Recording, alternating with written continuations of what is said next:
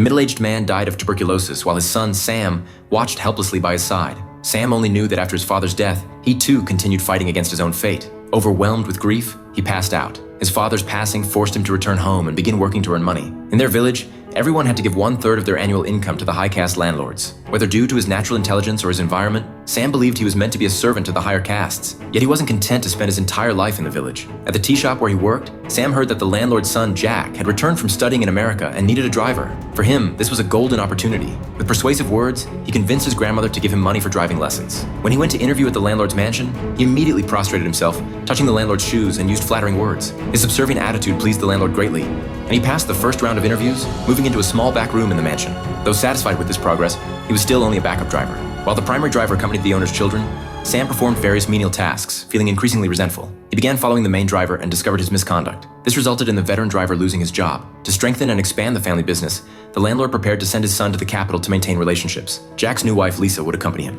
With the primary driver fired, Sam successfully secured the opportunity to go to the capital. Driving while wearing his uniform, Sam felt transformed from his former self. When he accidentally witnessed something he shouldn't have, he instinctively touched his eye to avoid embarrassment. Jack immediately noticed Sam's movement and asked what he had seen. The quick-witted Sam pointed to a large tree by the road, claiming it was a sacred tree. Surprisingly, the couple believed him.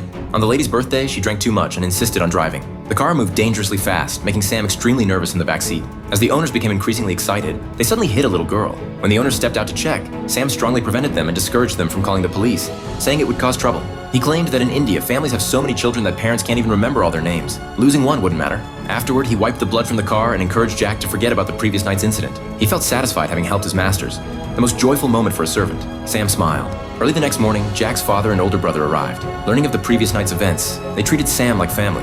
Then a lawyer produced a confession letter, leaving Sam stunned. Sam realized he had no choice in the matter.